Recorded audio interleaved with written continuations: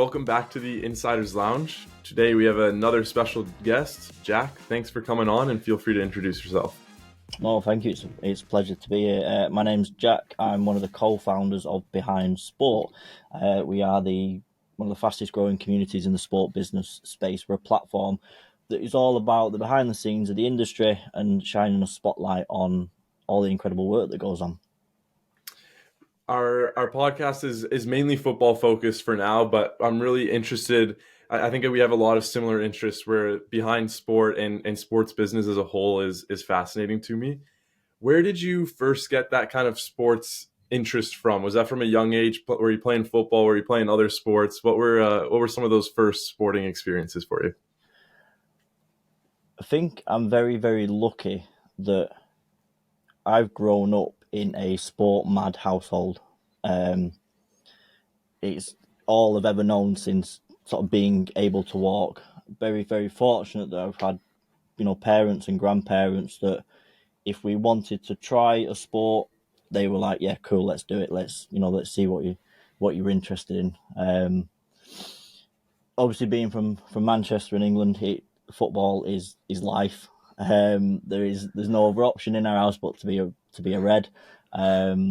But yeah, growing up doing all a variety of different sports, mainly martial arts for a very long time. That was a big part of my life, and obviously learned so many lessons from that over the years. And then, yeah, just kind of never managed to break away from the world of sport.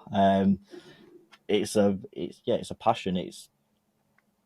I think as I don't like using the word entrepreneurs, but as like a business owner and trying to build something in sport, if you've not got the passion for it, then it's not gonna last. And yeah, that's very much where Behind Sport came from. It's just this passion project that we can't seem to get away from. And I always recently I've really been focused on the educational background of the guests coming on. For myself, I never took that next step after high school or secondary school to go on, but many have. And can you dive into a little bit of where you went? Because I think it's quite fascinating. Actually, the school, I did some research, and I think if I was at a similar stage in life where I was being prepared to go to that and take that next step, that I would have been more interested in something like what you took, and how that's benefited you now, like in your work today. Yeah. So as I was in college doing my A levels, and you get asked to make the decision of what university you want to go to, I didn't really have kind of that much of a clue. Some people are so switched on, like, I'm going to do this at A levels, I'm going to go into uni and do this, and then after that I'm going to graduate and do this. I had no idea. I'd kind of always been like that, I suppose. And I've stumbled across the university I went to. So I went to UCFB, the University College of Football Business, which at the time of me joining was only 2 or 3 years old. A new kid on the block, I suppose. Very much focusing on the sports industry and the football industry specifically, to provide sort of more specific degrees tailored towards working within football. You can go to your bigger universities, your Manchester unis or whatever it may be, and do marketing degrees and sport marketing degrees, but they're not necessarily kind of focused on working within sport and working within football. So I kind of made the decision that I wanted to, if I'm going to sign up to something for 3 years and obviously make the big sort of financial commitment to it as well, I might as well do something that I'm going to enjoy. So I decided to go down the route of studying football business and marketing. And yeah, that kind of thing of, I'm going to enjoy it, but I'm also going to get something practical from it. And obviously it's very much kind of shaped kind of what we do today. But I was thinking about this question the other day when you sent them over. And Behind Sport doesn't happen if I don't go to UCFB. Because whilst at UCFB, as part of one of the modules in my second year, we had to run like an online blog. And Wow. With the idea of being like driving traffic towards this blog, not necessarily the content, but sort of the marketing techniques you would use to drive traffic to it. And at the time, I'd recently started watching Salford City which is my local football club. They'd recently been taken over by Gary Neville in the class of '92, so it was a big story. And kind of getting access there was a lot easier than trying to get access at, say, Manchester United, for example. So I was spending a lot of time at the club watching games and stuff like that, because on a student ticket, it was only like £2 or something like that, which obviously when you're a university student, budget is very important. So I started writing a blog around the club because I knew I could I would drive more traffic if I could get interviews with players and with staff instead of just writing a generic kind of Premier League roundup as other people were doing. Got to know people at the club and in the media team, and ended up doing work experience with them for a year, which is where I met Ryan, who is my co-founder at Behind Sport. So without going to uni and doing that module, Behind Sport doesn't exist today. And that kind of story very much snowballs from me and Ryan being friends, working in the media team. And when we would travel to away games on the coach, you'd have, say, some games would be ridiculous. You'd have like a 6-hour round trip or whatever it may be. And there was nothing else to do on the coach but talk. So we spent so much time kind of getting to know each other and realizing that we've got similar ambitions, we kind of where we want to go in life and the things that we want to do. And then kind of at that same time, Ryan had a sort of like a burner Twitter account, I suppose. He won't mind me saying this, where he was basically just using it to kind of keep track of all the other clubs in the league and the leagues above to kind of see what they were doing from like a media perspective, whether it's to get inspiration or whatever it may be. And he kind of thought like, well, kind of potentially sort of turn this into something. There's all this good content flying around. Can we start sharing it? And then, yeah, it very much kind of snowballed from just being what was going to be a Twitter account talking about good content to the brand that you see today. Very, very different and very, today's a lot larger. But yeah, that's kind of where it all started. And then you mentioned your experience at Salford City and kind of how that jet boosted into what is now Behind Sport. You had some other experiences as well and organizations that you worked with, and you still work with other organizations while doing Behind Sport. You want to touch on those just a little bit and your experience there and how that's kind of also led to Behind Sport, because I'm sure some of those had impact on it as well. Yeah, so a lot of people are sort of surprised by this, but we don't work on Behind Sport full time. We'd love to, but at the moment it's just not possible. So we both work full time roles outside of Behind Sport. I work in a marketing role in a completely different industry, in a contract furniture industry, which is basically sort of supplying furniture for like the hospitality industry, bars, pubs, restaurants, hotels, all those sorts of things. And it's been super, super interesting because we're one of the biggest manufacturers in the UK, but we're also still like especially on the office side of things, we're still a very small team. Like I'm the only one I'm social media and website and marketing and all those sorts of things, but I'm the only person who does it. So to kind of go in there I was 22 years old when I started, to go in there and sort of immediately be given a lot of responsibility, because pretty much from the day that I started, we started building a new website, a new brand, all those sorts of things. To be given all that responsibility from day one was kind of like, right, you're in the deep end now, start swimming. But it's been a massive learning curve, and it's the best way to learn anything is to learn by doing. So it's been really, really cool. But kind of one of the things when I was thinking over these questions when you sent them over, one of the lessons I've learned over kind of both of those roles is kind of the importance of just being nice to everybody and that relationship building, because you don't know where it's going to lead.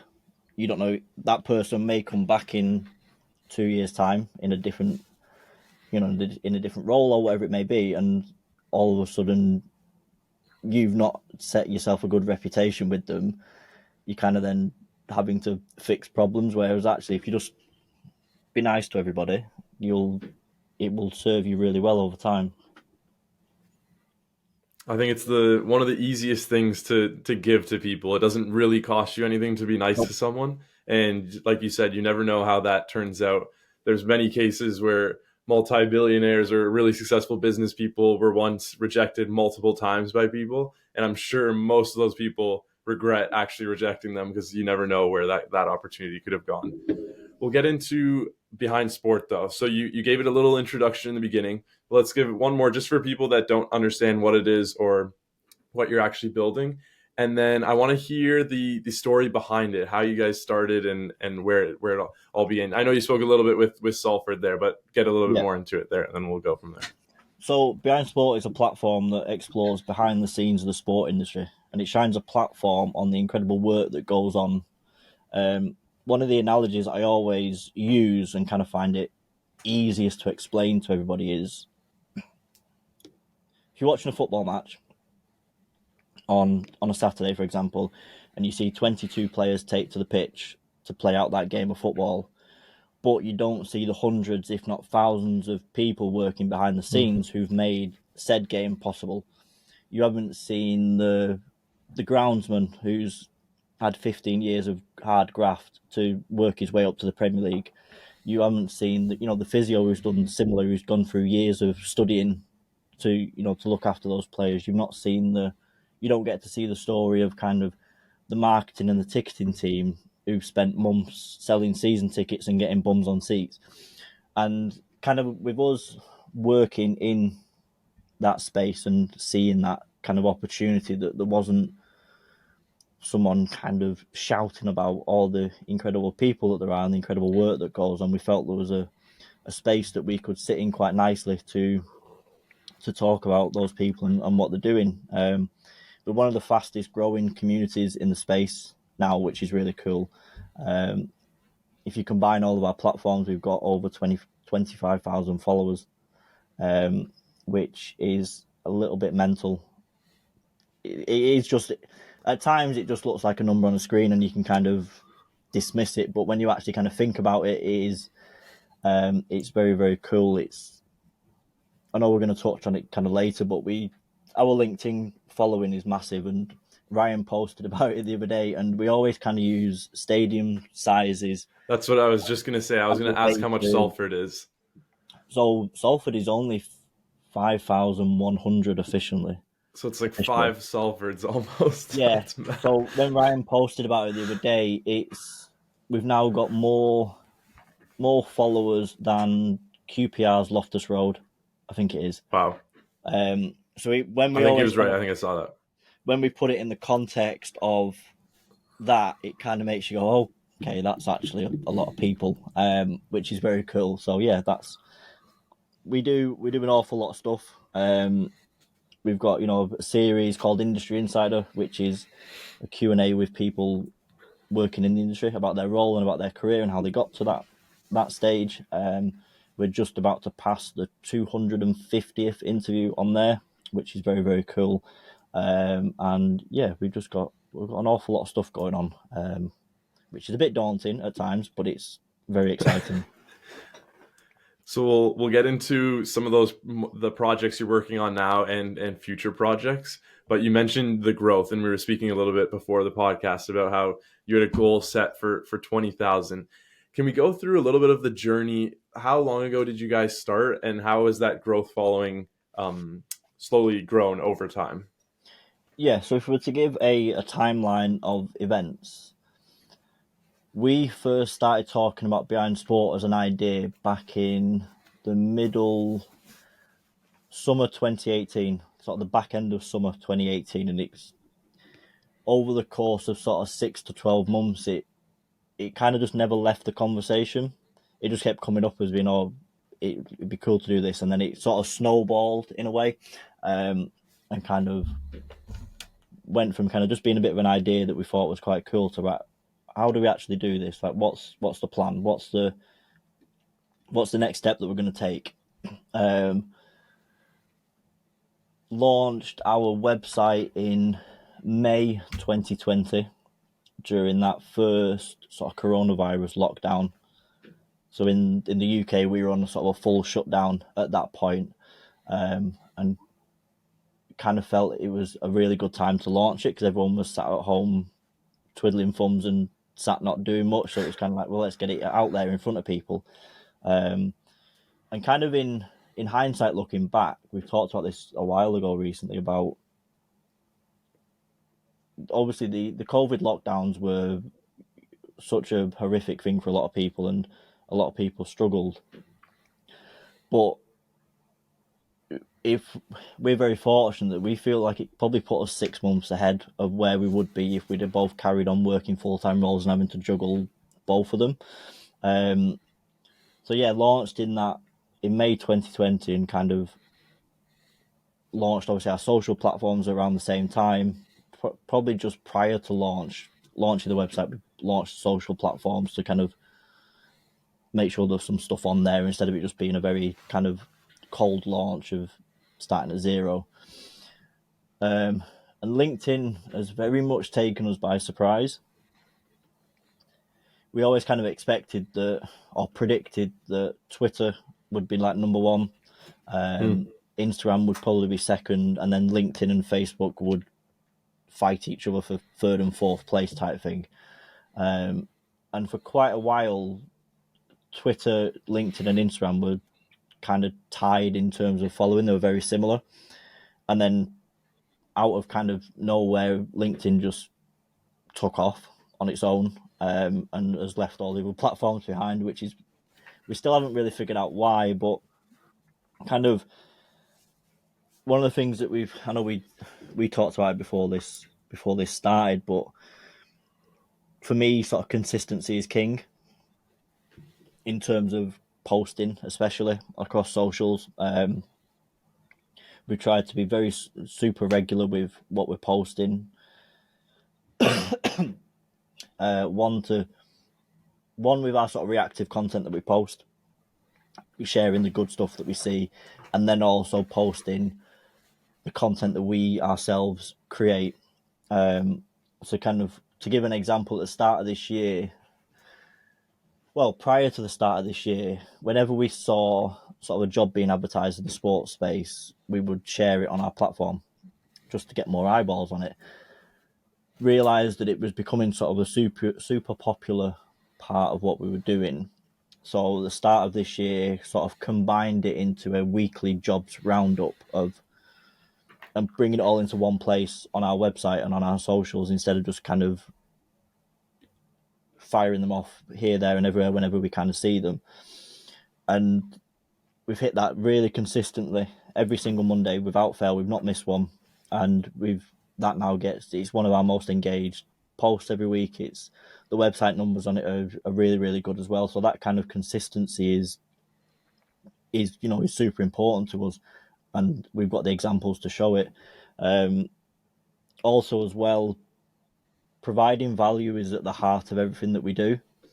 So making sure that everything we share has a purpose to it, and has, if you come and check out what we're doing, kind of whatever you read from us, you're going to take something away from it, as opposed to kind of just, you see a lot of those posts that are put on social, aren't they? They're literally for likes and retweets and whatnot. There's no actual meaning to them. So we want to make sure that value is behind everything that we do. And weirdly as well, so with LinkedIn, I know it's always seen as the corporate platform, isn't it? You've got to be suit and tie and all those sorts of things. And with our LinkedIn, we've not treated it like that. We've just treated it as another social platform and brought our own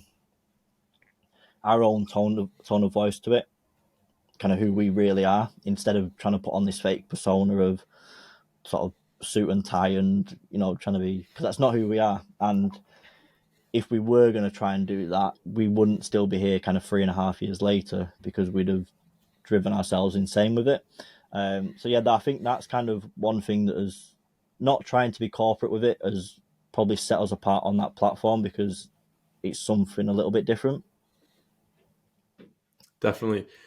We've spoken how it's become a platform where you're able to share many other people's content, and then also now you've started with the job, right, the roundups, all these different components that are now bringing this whole what used to really just be one sort of stream is now a newsletter and all these different aspects to it. And now you're getting into video production as well. I've just recently saw as I was doing some research for the interview. Can you get into what kind of you're looking at doing, and as we head into 2024, maybe some other projects you're working on? Yeah, so video content is something that we've always wanted to do. It was kind of originally on our list of kind of when we were starting off, but going into the lockdowns, when it was like a case of you can't leave your house, video production wasn't very easy, so we decided to kind of go down the written avenue. I think as well, video content provides a level of insight that written can't at times. I love the written form. I think it's great. I'm a really big fan of it. I think there's some incredible writers and journalists out there, especially in this space. But video is it's a different level in terms of if you're trying to take your audience kind of behind the scenes of something. We've done a couple of those at the end of this year, and that's kind of where we'll be heading. Sort of 2024 is going behind the scenes at events across sport and sort of trying to provide a level of insight that you don't necessarily get to see, because obviously everyone, like we talked about before, you always see the polished, finished version on TV, but how do they actually make that happen? How do you put those kind of events on? And that's what we want to really dive into. In terms of kind of other projects that we've got, early 2024, we've got a online sports business directory launching, which will be available for businesses in the space to join for an annual fee. And what we're aiming to do with that is to make it kind of the go-to place for if you're looking to work with someone in the sports marketing space, you need an agency, for example, to work with an athlete or whatever it may be. You can come and use our online directory, and you know that the people on it are good at what they do. So that's launching early 2024. We're in the final processes of building it, working with the website team that we've got. Obviously, it's a lot of back and forth, kind of tweaking different things. But yeah, hopefully January that'll be live and out in the world, which will be cool. And then one of the big kind of things, big projects for next year is the world of events. That's kind of our big one to tackle. We've been talking about it for a while, but now it's the time to do it. Events feel like they are the next natural evolution of what we're doing. We've built this community online, and now it's time to bring everyone together. So we'll be starting off online to begin with things like, well, webinars that are panels and stuff like that, workshops around kind of wanting to work in sport, how to get into working in sport, kind of the different things that you'll need to do kind of that career path that you want to follow, whether it be things like CV building, personal branding on LinkedIn, because all those are mega important and probably get overlooked a little bit.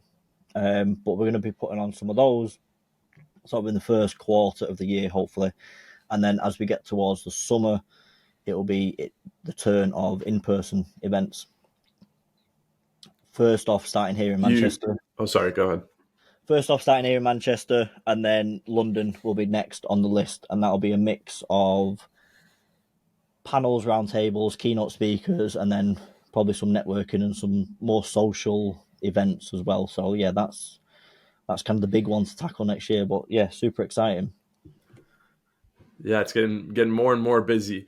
But as you were speaking about it, how it's still technically a part-time thing now, and you focus on other things during the day, and it's kind of a back and forth. What does an actual day in the life look like for Jack? There isn't a typical one. All of them are different, and a lot of them are probably a lot more boring than you would expect. There's a lot of kind of the admin side of things, a lot of emails and a lot of back and forth with people and stuff like that, trying to organise stuff. a typical day can range from organising interviews to, to fill out our content series, to finding reactive content on social, and then kind of this bigger picture thinking for what's to come for the brand. So it's all. I'd love to be able to give you a kind of. I wake up Yeah, yeah. at 6 a.m. And then I work till this time, and then I do this. That's not a thing. It's something we've been talking about recently, around the idea of switching off, or the lack of being able to switch off. And just, you're probably the same with this podcast, that you find yourself just thinking about it all the time. The sort of like, Mm. what's next? What can I do better? What can I, what's next on the horizon? What's the next steps I can take? And it can be very difficult at times to sort of switch off. Like, I'm off work at the moment from my normal day job. I had days of holiday left for the year, so I always kind of take them at Christmas time, because normally we work up until, depending where the calendar falls, we'll work up until Christmas Eve, and I'm not a fan of that. So I never tend to do that. I'll always book it off. But so technically, I'm supposed to be off and, relaxing and switching off, but it's impossible to do so. I think most business owners will agree with you that it's when it's something that's your baby, it's Mm. it's impossible to kind of to not think about it. You were speaking on how you're the co-founder of Behind Sport, and so there's obviously two of you working on it constantly. What is that? I actually didn't write this down, but I was just thinking while you were speaking. What is that balance like between two of you working? Do you work on some stuff and he works on other, or how do you split the time between the two of you? Having a co-founder is something that I would recommend to absolutely anybody who's thinking about starting something, because it makes your life easier. So we're very fortunate that, because when there's two of you, you're not always going to be, both of you, like on 100%, 100 miles an hour Mm. every single time. There are times where life gets in the way. You've got, family things going on, you've got personal things going on, whatever it may be, and you might have to sort of scale back a little bit of kind of what your input is. But if you've got a co-founder, they can step up and take some of that weight for you whilst you get things sorted. So we're very fortunate that we've been able to do that.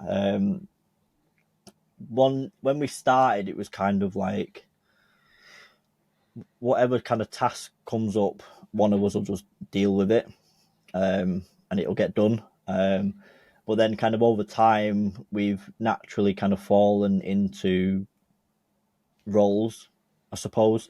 Um, so I very much kind of head up our content and our kind of the creative side of things. Everything that you pretty much see on social and the website, more or less, is mine. Just through that's, I suppose, more of an interest to me in terms of that creative side of things. And then Ryan will kind of take over sort of the more behind the scenes stuff, maybe the strategy stuff and kind of longer term thinking. Ultimately, kind of at the end of the day, we'll both still come together and talk long term projects and whatnot, but kind of that day to day stuff I tend to handle. And then Ryan's a bit busier than I am at the moment. He's just Ryan, because Ryan works in football. He's just recently started a new role at Fleetwood Town Football Club as their head of media and marketing. But Fleetwood have got, I think there's 4 football clubs in their sort of umbrella. Very similar to what kind of Manchester City, and sort of Mm. Red Bull have done, but obviously on a smaller scale. So he's basically kind of doing all the media and marketing for 4 different football clubs at the moment. So he's only been there just over a month, and I think he's had 3 days off. So kind of but that's kind of where having a co-founder comes in, because I can step up and be like, well, I'll just handle this for now. It's cool. It's you go and do what you need to do. Whereas if it's just you on your own, if you don't turn up to work, then none of the work gets done.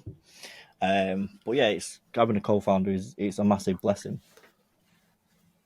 We speak on it a lot with the football industry and the business industry as well. It has a ton of ups and downs. one day you're like you're saying, some days you have a ton of motivation and you're working hard and everything's working for you, and other days it just feels like nothing's getting done. What are some of the most significant challenges? This can be in your working career, but even in just in your personal life in general. What are some of the biggest challenges you've had to overcome and that have helped benefit you on your in your day to day now? Time is our biggest enemy at the moment. And when I say time, I mean sort of not having enough and having to balance, obviously, working full time roles and then trying to build behind sport on the side. So it's kind of learning to spin a lot of plates at once and kind of what to give attention to has been probably a really big learning curve for us, because it can sometimes feel like everything's important and everything sort of requires your attention right now, like it needs fixing. Whereas sometimes you probably need to take a bit of a step back and go, right, in terms of a list of priorities, this one's the most important, then we'll move on to this and that. So that's, in terms of learning curves, that's kind of been our biggest thing for us in the last couple of years. We've gotten a lot better at it, but especially in the early days, kind of trying to balance so many things was a little bit difficult, because I suppose in a way you kind of beat yourself up as well about it, feeling that you see other companies, other brands doing well, or other people doing well, and you sort of like, well, or you feeling a little bit left behind, I suppose, at times, but kind of just focusing on what you can do there and then in the moment to move yourself forward is is the most important thing. We have a lot of people listening to the podcast that might be listening now to your episode, and they go, oh, I really like the social media side of sports business. I like what they're doing, and I might be interested in either working in that industry or in a similar role to you, or starting their own thing. Do you have advice for people that want to follow kind of the path you've taken, where you've constantly been in the sports business marketing side of things, and now you have your own company and your own newsletter and your own product, really, in a sense? Yeah, I think if you want to work in the world of social, and especially in sport social, you've got to sort of immerse yourself in it. And we get asked obviously a lot about, by people wanting to work in sport, kind of how do I do it? And you've very much kind of just got to take a risk on yourself and put yourself out there. And we always kind of use LinkedIn as an example. Like, you've got to be a part of the conversations and putting yourself out there and putting your sort of your thoughts and your feelings on things out there, and trying to show your your expertise and your viewpoints on things. You can't sit at home and kind of expect a job in the sports industry to come knocking on the door and go, do you want to come and work with us? Like, that doesn't happen. You need to be, putting yourselves out there, and it'll take longer than you think, for sure, because everything does. But kind of one of the things I was thinking about when I was reading this question is this kind of a quote I always kind of use with myself, is this sort of thing of like, doers do and talkers talk. And there's so many people who were like, oh, I'm going to start this, I'm going to do this, I'm going to start a podcast, I'm going to do whatever, and it just kind of stays as that. It stays as this thing that they're going to do at some point, in the hypothetical future. So I'm very much, if you say you're going to do something, go and do it. And then as well, kind of as what we were talking about before, just be nice to everybody. It will get you so much further than you could ever expect, because like we were talking about before, you don't know kind of when you're potentially going to meet that person again. So they might have like an entry level role right now, but if you're nice to them, and at some point in a few years when you're looking for a role, when you're leaving university, for example, and they're actually in a position to hire or have an influence on the hiring process, they will remember the way that you spoke to them. And it carries so much weight in just your normal life to your professional life when you go into the world of work. It's just be nice to everybody. Some people don't understand it, which is baffling, but yeah, if you can go into all of anything that you do with that approach, then it'll pay off. Probably when you least expect it as well. I think along with being nice to everyone, I was speaking with another guest previously, and he said, "Do everything, expect nothing." Yep. And so I think you got to put yourself out there. You got to help everyone. You got to be kind and appreciate everyone and what they give back, because you really might not get anything back, and you just got to keep moving, and eventually that will click, and then you will get something back. Yeah, because We that's spoke. thing, isn't it? Sorry, No, Gary no, go ahead. One of Gary Vaynerchuk's early books, that jab, jab, jab, right hook, where he talks about the idea of you need to give lots first before you can sort of ask for something in return. So that you know, it goes to what you're saying there about you need to kind of do more than you're kind of expecting to get back, and it'll pay off. You have to show off your worth and your value. No, definitely. I can definitely. I like the jab, jab, jab, right hook approach. That's cool. We were speaking a little bit about 2024, the projects that you have coming up.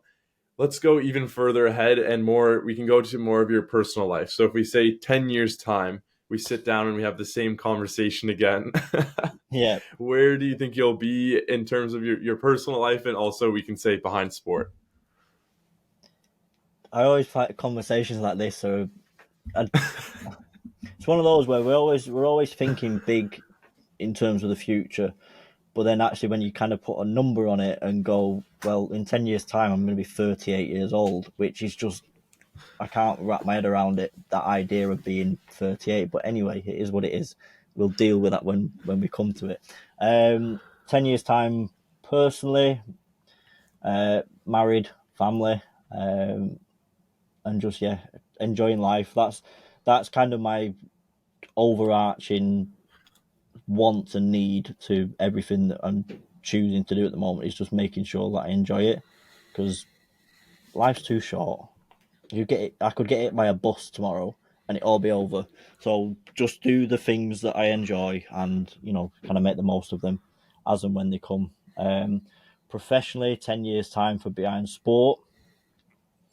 Uh, we will be one of the biggest and best brands in the sport business space, hosting events across the globe, educating thousands, and guiding them into the industry. Our long term goal with the brand is we want to build like an educational platform all around working in sport and taking people behind the scenes of the industry, but also then giving them insight that will actually they can then go and use. And because working in sport, it all looks sort of sunshine and rainbows and this incredible industry to work in. It's not. It's really hard. It's the hours are awful. It can be really full on and really stressful environment to work in. But on the TV, it looks great. So we want to put together and build an educational platform that sort of shows you the realities of working in sport and gives you some real world experience before sort of making that decision to to pursue a career in it. So yeah, 10 years time we'll be flying hopefully. We'll get into some of the quick fire questions here. These are just to finish off the episode. You Cool. mentioned you were a United fan, and I wanted to speak just a little bit on. I saw you were at the women's game where they broke the attendance record. So get into how did your family choose United over City, let's say, and we'll get into kind of the women's game and how that experience was. My dad would be able to tell this story better, but we've just always been a United household. It's just always. I get it from my dad, he got it from his dad. It's always been the thing. It's my dad grew up. So we live in Salford, which obviously is not too far. It's still within the Manchester bounds, and Old Trafford's only a 20-minute car ride away. But he grew up sort of even closer to Old Trafford, so was always going to the games growing up and stuff like that. So it's just always been a part of our lives. It's always been Manchester United or nothing. And then kind of Salford City has come into the equation in the last 6, 7, 8 years when Gary Neville and his team took over, purely because kind of access to games is so much easier, and price wise it's so much cheaper as well. But yeah, being at Manchester United last month for the first ever women's Manchester derby to be hosted at Old Trafford was very, very cool. A little bit weird in a way because it was just mind blowing. We got invited down by the club and we went sort of behind the scenes of the whole thing. We were pitch side for the warm ups. We were in the tunnel. We were all the places you don't really expect to be. Watch the game from a box and all these sorts of things. And we got gifted a. I'll send you a picture of it actually. But we got gifted I a think I've Manchester seen it on United. LinkedIn. Yeah, we've got gifted a United shirt with Behind Sport and number 7 on the back, which just absolutely blew my mind. It's just a really surreal moment of like, this is something we've built from zero to this, and it's now on the back of a shirt of a club that we've grown up supporting. And it was just like, I still struggle to kind of find the words to describe it, to be honest. But it was a very, very cool moment. And so, but one of those moments of recognition that we were talking about earlier, kind of, this is, we're doing something here and people are recognizing it. You mentioned earlier you had a pretty good quote, but do you have a quote that you live by? Just something that you kind of look to in tough times. I'll be honest, this is the question I've spent the most time thinking about since you sent them over, because I do love a good quote. I'll be honest. I know every time that I kind of hear one, I'll write it down in my notes in my phone, just so I don't forget it. And I kind of go through phases of having different ones in mind. So I've got two. I've got two for you. I know you said pick one, but I've got two. No, that's all right. Um, the first one is you won't find reasonable men on the tops of tall mountains, which is from Hunter S. Thompson, an author. And I just think that's a really cool quote, kind of about ambition and being very unreasonable with goals in life. And if you're setting out to achieve something big, you're only going to do it if you are sort of very unreasonable with it. And then also, I'm listening at the moment to Emotion by Design by Greg Hoffman, who's the former chief marketing officer at Nike. I was listening to it the other day, and he quoted, "Don't let perfection get in the way of progress." And that's a quote. It's been bounding around my head for the last few days, kind of around. We all, when you're kind of building something, you always want it to be perfect and be absolutely spot on before you kind of get anywhere with it and put it out into the world. But there's a point where that also becomes detrimental, and you never actually put it out because there's always kind of one thing that you can always do better. But making sure that it goes out is more important than sort of perfection, because you can tweak it over time. You'll be the same, I think, in terms of like podcast wise. How many episodes are you on now? I filmed at almost 25, and we've posted 16 or 17. So you're gonna get to episode 100 and look back at episode 1 and absolutely hate it, because you'll think that it's awful. It's it's poorly recorded. It's the questions could have been better and all those sorts of things. But that's the sign of progress. But you don't get to episode 100 without doing episode 1. So that's kind of, those two quotes at the moment have just kind of been bouncing around my head, and it's driving me a little bit insane, to be honest. No, I like those because I look at Mr. Beast. I was watching an interview. I know this is kind of unrelated to sports business, but he was speaking on how many videos he now makes and Yeah, deletes because they're just not hitting that marker. But yeah, he said you have to find the balance because he can't just delete all of them. And he said some he's posted, and similar thing. If he goes back to some of his first videos, he was saying Logan Paul 200,000 times or whatever it was just to get views. And I think it's all about building on that progress. But yeah, like you said, like one of my main goals when I started was to hit 100 episodes, because I think it's similar. There was a quote my dad always said, and it was, once you've done 10,000 hours of something, you become a master of it. yeah. And so I'm not going to be near 10,000 hours in terms of the 100 episode, but I think that 100 episode marker is where I'll start to realize, okay, now I'm at a level where this is a a professional and I've become a master in a sense. Yeah, And it's now how I you can get start to build and really grow it into something. yeah, it's how you get better at anything. It's repetition, doing the reps. It's how you get better in the gym. It's doing those reps and those sets over and over and over and over again. You can't just, I'll use the gym as an example. You can't just turn up, do 10 squats with a barbell, go home, and then be like, I've not made any progress. But if you turn up week after week, after 6 months, you'll notice you've made progress. But you've got to do the 10,000 hours thing, isn't it? You've got to do the reps. I had the chance to visit Manchester. It's too bad we didn't know each other earlier. I was there in about June. And I absolutely love the city. I didn't get to go see Salford, but do you have any top recommendations for Salford or Manchester, whether it's places to eat or just things to visit? We'll go with Manchester because it'll be a little bit easier. There's not loads going on in Salford. It's getting better, but Manchester is the place to be. It's my favourite place in the world. The northern quarter of Manchester is the best part of the city centre by a country mile. It's full of independent bars and restaurants, and there's just such a wide variety of options there. It's incredible. You can go sort of you could go 100 times and have 100 different things if you wanted to. Yeah, there's so many. Just the northern quarter in general, it's full of, like I said, all those bars and restaurants, but then there's independent shops. There's everything. It's mega. The football museum, where is that according to? Because I feel like I was in the northern quarter when I was staying there. Is the Yeah, football so museum quite close? so that's on the sort of what you'd call like the outskirts of the northern quarter. Hmm.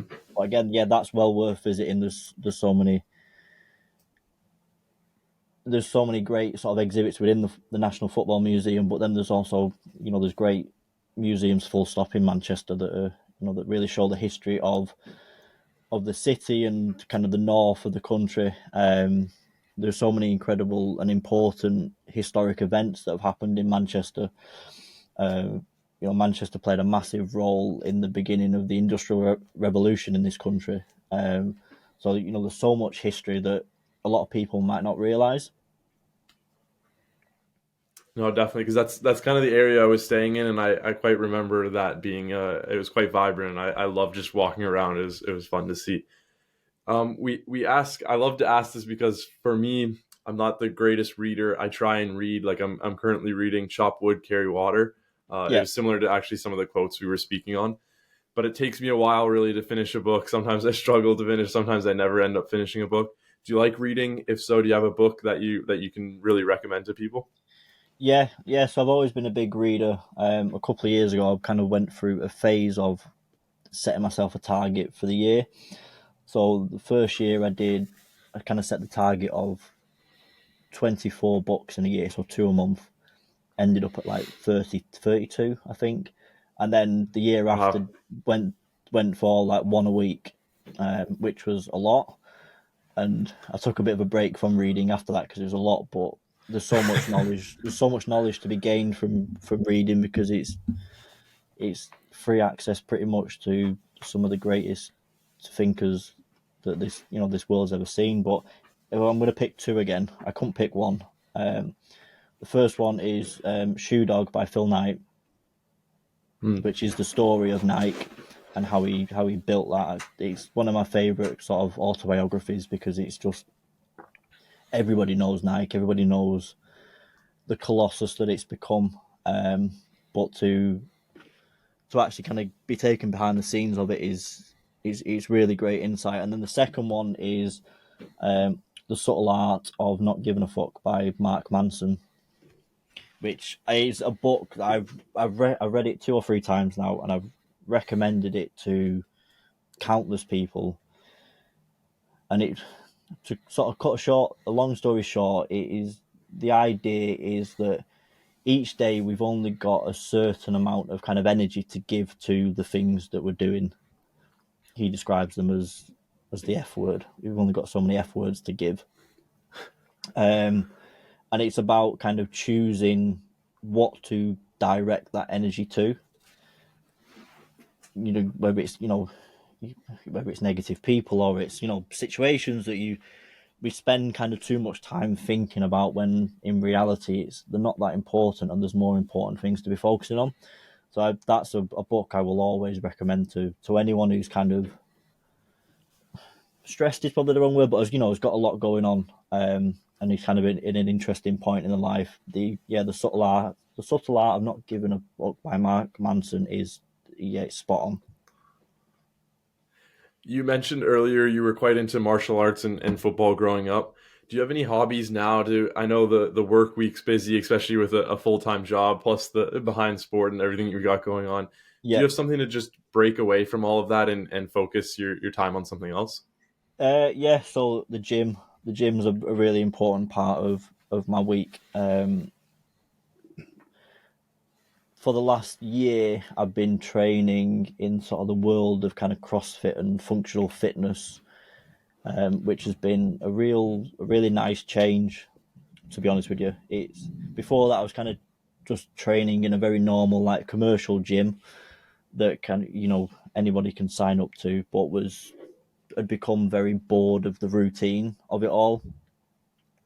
So I wanted to find something new, and always kind of wanted to do it. So yeah, joined just over a year ago now, at a gym which is probably about 15 minutes from my house. It's where I'm going after this, actually, but because it's brought the enjoyment back to it, and sort of the not kind of feeling like wanting to do it and not feeling like I have to do it type of thing. I get to do the exercise instead of it feeling like a chore. Kind of one of the things I decided was I'll build my week around going to the gym and kind of make it a non-negotiable.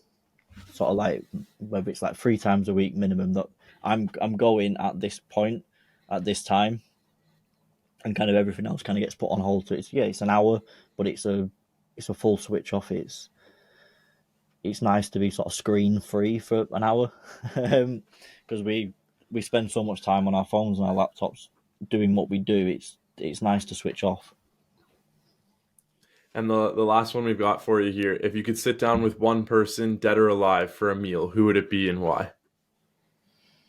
Again, I spent so much time thinking about this question, and I could give you 1,000 answers, because I find I'm very much just an inquisitive person, and I like learning from as many people as possible. I did narrow it down to one person for you. I'd love to sit down with Phil Knight and talk about Nike for even if it's just an hour. I think it'd be absolutely fascinating to talk all about his journey and sort of building it up from selling shoes out the back of his car to the absolute giant that Nike is now, that's known pretty much by every single person who walks this planet. So yeah, that's who I would choose. No, it's it was a great episode. I appreciate you coming on, Jack. If there's any last words you have, feel free to shout out Behind Sport, your projects, wherever people can find you, and then we'll wrap things up. Yeah, the best place to find Behind Sport is at Behind Sport on Twitter, on Instagram, and then we're Behind Sport on LinkedIn. You can check out the website behindsport.com, and from there you can sign up to our newsletter and kind of check out everything else that we've got going on. Like I said before, we're very, very active, so you won't be able to miss us, and you'll be able to keep track of kind of everything that's coming in the next few months and the next year. On a personal note, I am, well, LinkedIn's probably the best place to get me, because I spend a lot of time on there. So it's just I'm Jack Glennon on there, and then I forgot my handles on Twitter, and it's a version I'll of add it that. into the Yeah, description and it's a everything. version of that. There's an underscore somewhere. It's either in the middle or the beginning. But yeah, you can find me on most of those as well. Great. I appreciate you coming on once again, and I look forward to speaking again soon. No, thanks for your time, Chad. I appreciate it. I've enjoyed it.